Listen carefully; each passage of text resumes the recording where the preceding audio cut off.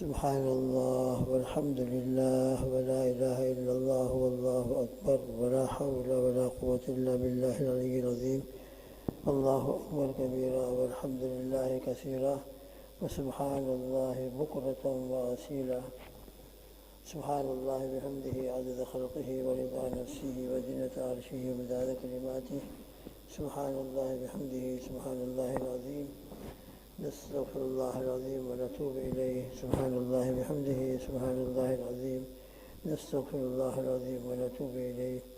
لا إله إلا أنت سبحانك إني كنت من الظالمين. حسبنا الله ونعم الوكيل، نعم المولى ونعم النصير. نعوذ بكلمات الله التامات من شر ما خلق. رضينا بالله ربا وبالإسلام دينا وبمحمد صلى الله عليه وسلم نبيا ورسولا. أصبحنا وأصبح الملك لله رب العالمين. اللهم إنا نسألك خير هذا اليوم، فتحه ونصره ونوره وبركته وهداه لنا ولجميع أمة محمد صلى الله عليه وسلم، ونعوذ بك من شر هذا اليوم وشر ما بعده. الحمد لله الذي تواضع كل شيء لعظمته. الحمد لله الذي ذل كل شيء لعزته. الحمد لله الذي خضع كل شيء لملكه. الحمد لله الذي استسلم كل شيء لقدرته.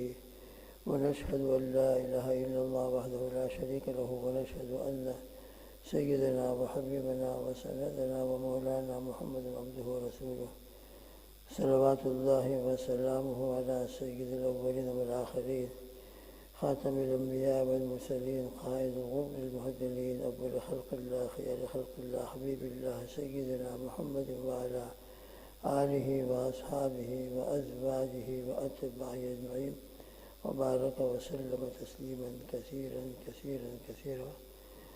يا رب صل وسلم دائما أبدا على حبيبك خير الخلق كلهم. اللهم آمين. اللهم صل على سيدنا محمد وعلى آل سيدنا محمد كما صليت على سيدنا إبراهيم وعلى آل سيدنا إبراهيم إنك حميد مجيد. اللهم بارك على سيدنا محمد وعلى آل سيدنا محمد كما باركت على سيدنا إبراهيم وعلى آل سيدنا إبراهيم إنك حميد مجيد. اللهم رب محمد صل على محمد وعلى آل محمد وجز محمدا صلى الله عليه وسلم ما هو أهله. جزا اللہ عنا سیدنا محمد صلی اللہ علیہ وسلم ما هو أهله. بزرگان محترم، دوستو، بھائیو، سونے سے پہلے جو اعمال ہیں ان کا مذاکرہ چل رہا ہے. تسبیح فاطمی ہے، آمن الرسول ہے، سورہ بقرہ کی آخری دو آیتیں، آیت الکرسی ہے، اور اس سے پہلے وضو ہے. اور سب کو بھائی بننا ہے، موت کو ہر وقت یاد رکھے. حضرت شیخ رحمۃ اللہ علیہ نے اپنے ایک مکتوب میں لکھا ہے، میں اپنے دوستوں کو لکھا کرتا ہوں، کہا کرتا ہوں کہ دو باتوں کا بہت زیادہ خیال کریں. ایک تو یہ کہ ہر وقت اپنی موت کو یاد رکھو، اور دوسرا درود شریف کثرت سے پڑھتے رہو.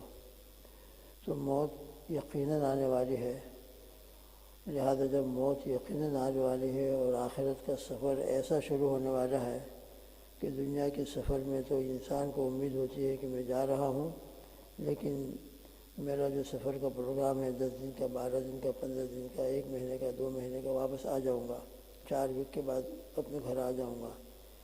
لیکن آخرت کا جو سفر ہے، اور سب کو یہ سفر پیش آنے والا ہے. یہ جو سفر آخرت ہے ایسا سفر ہے کہ جو انسان گھر سے نکلا ہے اور نکلتا نہیں بلکہ اس کو نکالا جاتا ہے، پھر وہ کبھی واپس نہیں آتا. وہ بیچارہ گیا. اب کہاں گیا؟ تو ہمارا ایمان ہے کہ مرنے کے بعد یہ نہیں کہ مٹی بن گئے یا ان کا وجود ختم ہو گیا تو معاملہ ختم، فنش نہیں، بلکہ اب اصل زندگی شروع ہو رہی ہے. اور اس دنیا کی زندگی میں جو کچھ ہم نے کیا ہے اس کا رزلٹ اور اس کا نتیجہ اور اس کا جو کچھ بھی انوار و برکات ہیں یا معاذ اللہ دوسری صورت کے اندر سزا وغیرہ ہے، وہ معاملہ شروع ہو جاتا ہے. لہذا مرنے کے بعد ہرگز میں اور آپ اور پوری دنیا والے خیال نہ کرے کہ بس مر گئے ختم ہو گیا معاملہ. نہیں، بلکہ اس کے بعد ایک بہت اہم معاملہ شروع ہوتا ہے، اور اس سفر کی ابتدا اس موت سے ہوتی ہے۔ لہذا ہمیشہ جس طرح انسان دنیا کے سفر کی تیاری اور اس کے لیے پاسپورٹ، ویزا اور اپنے جہاں جانا ہے وہاں ہوٹل کا بک کرانا، ایئرپورٹ کے اوپر کوئی انتظام ہو، مجھ کو لینے کے لیے آ جائے اس کا انتظام، یہ تمام باتوں کا جب انتظام کر کے سفر شروع ہوتا ہے تو عافیت کے ساتھ، سہولت کے ساتھ اور اطمینان کے ساتھ سفر ہوتا ہے۔ اور کچھ بھی نہ ہو، انسان چلا جائے ایئرپورٹ پر تو بیٹھا رہے گا، پاسپورٹ ہی نہیں ہے، ویزا ہی نہیں ہے تو کیا کرے گا، ٹکٹ ہی نہیں ہے تو پریشانی کے سوا کچھ نہیں ہوگا۔ یا ٹکٹ لے رکھی ہے مگر ویزا صحیح نہیں ہے، پاسپورٹ کی مدت ختم ہو چکی ہے، تو ہر وقت ڈر رہتا ہے کہ میں نے شروع تو کر دیا ہے سفر، یہاں سے میں نکل گیا ہوں مانچسٹر سے، لندن سے، مگر جہاں اترنا ہے یا بیچ میں جہاں ٹھہرنا ہے وہاں اگر پاسپورٹ کی چیکنگ ہوئی اور میرا پاسپورٹ تو ویلڈ نہیں ہے، اب ختم ہو گیا ہے تو کیا ہوگا؟ تو انسان کو اس سفر کے اندر بڑی بے اطمینانی رہتی ہے، چین نہیں ہوتا۔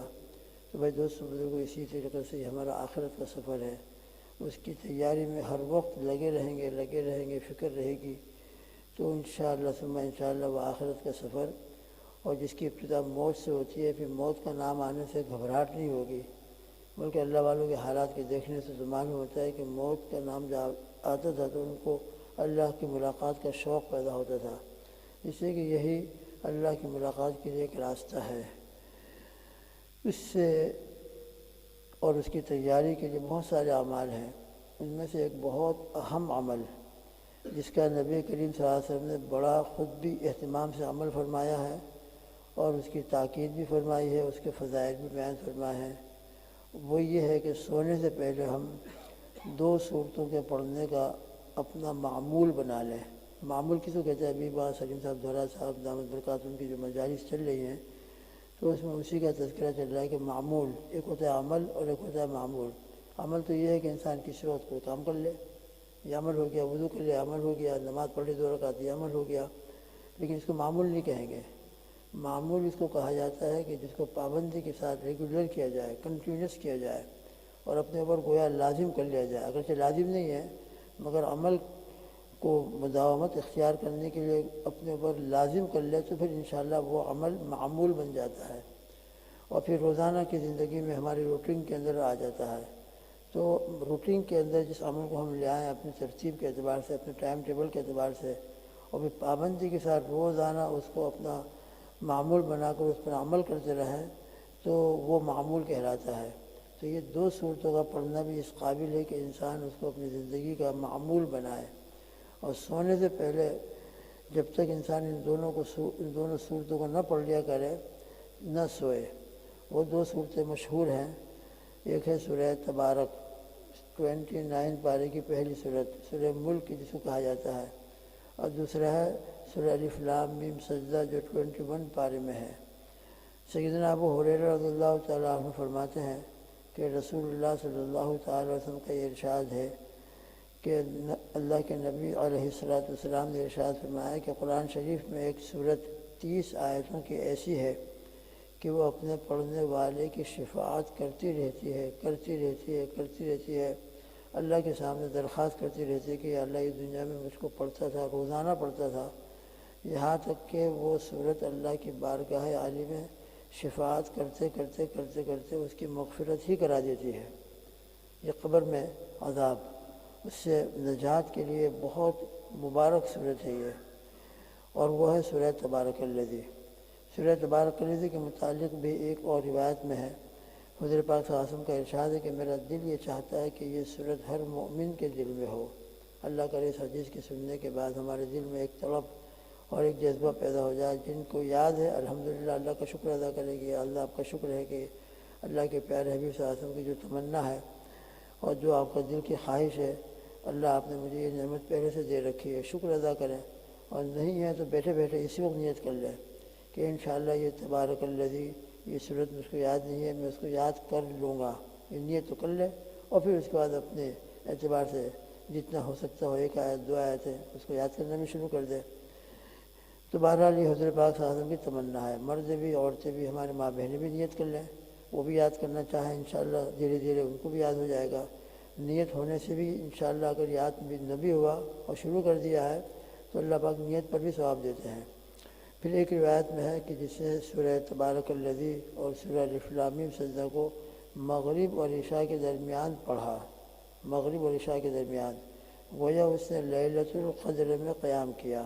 لیلۃ القدر جو رمضان مبارک میں مشہور رات آتی ہے، جس کے بارے میں فضائل ہیں 1000 مہینوں سے بہتر، تو گویا اس نے لیلۃ القدر میں عبادت کی۔ تو ان دو صورتوں کو مغرب عشاء کے درمیان پڑھنے کا ہم معمول بنا لیں، یا پھر جیسا مغرب بعد نہ پڑھ سکے تو عشاء بعد پڑھ لیا کریں۔ ایک روایت میں ہے کہ جس نے ان دونوں صورتوں کو پڑھا اس کے لیے 70 نیکیاں لکھی جاتی ہیں، 70 برائیاں دور کی جاتی ہیں۔ ایک نیکی ایک حرف کے بعد 10 نیکی ملتی ہے، تو ویسے ہی کتنی نیکیاں ہو جاتی ہیں۔ تو یہ اسپیشل کوئی 70 نیکیاں آفر ہے اللہ کی طرف سے، اسپیشل، ورنہ تو ہر حرف کے بعد 10 نیکیاں ملتی ہیں۔ تو خالی الف لام میم پڑھ لیں گے تو اس کے اندر ہی 30، بلکہ ایک روایت کے مطابق اور بھی زیادہ۔ تو یہ جو یہاں پر 70 نیکیاں 70 برائیاں، یہ گویا ایک اسپیشل اس کی فضیلت ہے۔ ایک اور روایت میں ہے کہ جس نے ان دونوں صورتوں کو پڑھا اس کے لیے عبادت لیلۃ القدر کے برابر لیلۃ القدر کے عبادت کے برابر ثواب لکھا جاتا ہے۔ لہذا مغرب و عشاء کے درمیان میں پڑھنے کا ہم معمول بنا لیں، اگر مغرب کے بعد نہ پڑھ سکے تو عشاء کے بعد۔ بہرحال اس کو رات کو سونے سے پہلے پڑھنے کی عادت بنائیں۔ ترمذی نے ابن عباس رضی اللہ تعالیٰ عنہ سے نقل کیا ہے کہ بعض صحابہ نے ایک جگہ خیمہ لگایا، ٹینٹ، ان کو معلوم نہیں تھا کہ وہاں قبر ہے۔ اچانک ان خیمے لگانے والوں نے اس جگہ کسی کو سورہ تبارک الذی پڑھتے ہوئے سنا، تو حضور صلی اللہ تعالیٰ علیہ وسلم سے آ کر پورا واقعہ بیان کیا کہ اللہ کے رسول، وہاں تو کوئی ہم کو نظر نہیں آ رہا تھا، لیکن ہم کو سورہ تبارک الذی پڑھنے کی آواز آ رہی تھی۔ تو نبی کریم صلی اللہ تعالیٰ علیہ وسلم نے ارشاد فرمایا کہ یہ صورت اللہ کے عذاب سے روکنے والی ہے اور نجات دینے والی ہے۔ حضرت جابر رضی اللہ عنہ فرماتے ہیں کہ حضور پاک صلی اللہ تعالیٰ علیہ وسلم اس وقت تک نہیں سوتے تھے جب تک الف لام میم سجدہ اور سورہ تبارک الذی نہ پڑھ لیتے تھے۔ خالد ابن معدان کہتے ہیں کہ مجھے روایت پہنچی ہے کہ ایک شخص بڑا گنہگار تھا، لیکن اپنی زندگی میں اس کا ایک عمل تھا، اور وہ یہ کہ وہ سورہ الف لام میم سجدہ پڑھا کرتا تھا، اس کے علاوہ کچھ نہیں۔ چنانچہ جب اس کا انتقال ہو گیا تو اس مبارک صورت نے اپنے پر، یہ اللہ کی طرف سے ایک نظام ہے، ہم کو یہ سب چیزیں ابھی نظر نہیں آ رہی ہیں مگر عالم غیب میں ہے، جب یہ ہے تو ہے، بس حدیث میں آ گیا تو ہے، تو اس کو بھی اللہ پاک پرندے کی صورت میں بناتے ہوں گے۔ چنانچہ یہ صورت پرندے کی صورت میں آئی اور اس نے اپنے پر اس شخص پر پھیلا دیے اور بارگاہ الہی میں عرض کرنا شروع کیا، اے میرے رب، یہ شخص میری تلاوت بہت کرتا تھا، اس کے بارے میں میری شفاعت قبول فرمائیے اور اس کی مغفرت فرما دیجیے۔ چنانچہ اس صورت کی شفاعت قبول کی گئی اور حکم ہو گیا کہ مغفرت ہی نہیں، حالانکہ گنہگار پوری زندگی غفلت میں، لیکن یہ صورت کی اس کے زندگی میں معمول تھا، تو مغفرت بھی ہوئی اور ہر گناہ اور ہر خطا کے بدلے میں ایک نیکی دی جائے، اللہ اکبر، تو اس کی تمام زندگیوں کے گناہوں کو نیکیوں میں تبدیل کر دیا گیا۔ یہ اللہ کی رحمت ہے، اس لیے پڑھنا چاہیے۔ خالد بن معدان یہ بھی کہتے ہیں کہ یہ صورت اپنے پڑھنے والے کی طرف سے قبر میں جھکڑتی ہے اور کہتی ہے کہ اگر میں تیری کتاب میں سے ہوں تو میری شفاعت قبول فرمائیے، ورنہ مجھ کو اپنے قرآن مجید سے نکال دیجیے، اور بمنزلہ پرندے کے بن جاتی ہے اور اپنے پر میت کے اوپر پھیلا دیتی ہے اور اس پر عذاب قبر ہونے سے مانع ہو جاتی ہے۔ یہی سارا مضمون تبارک الذی کے بارے میں بھی کہتے ہیں۔ خالد ابن معدان رضی اللہ تعالیٰ عنہ اس وقت تک نہیں سوتے تھے جب تک کہ ان دونوں صورتوں کو نہیں پڑھ لیتے تھے، لہذا اپنے معمولات کے اندر سونے سے پہلے کے ان دونوں صورتوں کو بھی شامل کر لیا جائے جن کی زندگی میں ہے۔ اللہ کا شکر ہے اور استقامت اللہ پاک ان کو بھی ہم کو بھی عطا فرمائے، اور جن کی زندگی میں نہیں ہے تو ابھی سے ہم نیت کر لیں کہ انشاءاللہ ثم انشاءاللہ ان دونوں صورتوں کو ہم روزانہ پڑھیں گے اور سورہ تبارک الذی کو انشاءاللہ باہر اور زبانی یاد بھی کریں گے انشاءاللہ۔ اللہ پاک عمل کی توفیق عطا فرمائے، عذاب قبر سے ہم سب کو محفوظ رکھے، اور جتنے جا چکے ہیں اللہ سب کی حفاظت فرمائے، سب کے قبر کو ریاض الجنہ بنا دیں، اور سب کے لیے اپنے فضل سے اپنے رحمت سے قبر کے عذاب سے نجات کے فیصلے فرمائے۔ اللہم آمین۔ سبحان اللہ بحمدہ، سبحانک اللہم وبحمدک، ونشہد ان لا الہ الا انت، نستغفرک ونتوب الیک، وصلی اللہ تعالی علی خیر خلقہ محمد وعلی آلہ واصحابہ وازواجہ واتباعہ اجمعین۔ سبحان ربک رب العزۃ عما یصفون وسلام علی المرسلین والحمد للہ رب العالمین برحمتک یا ارحم الراحمین۔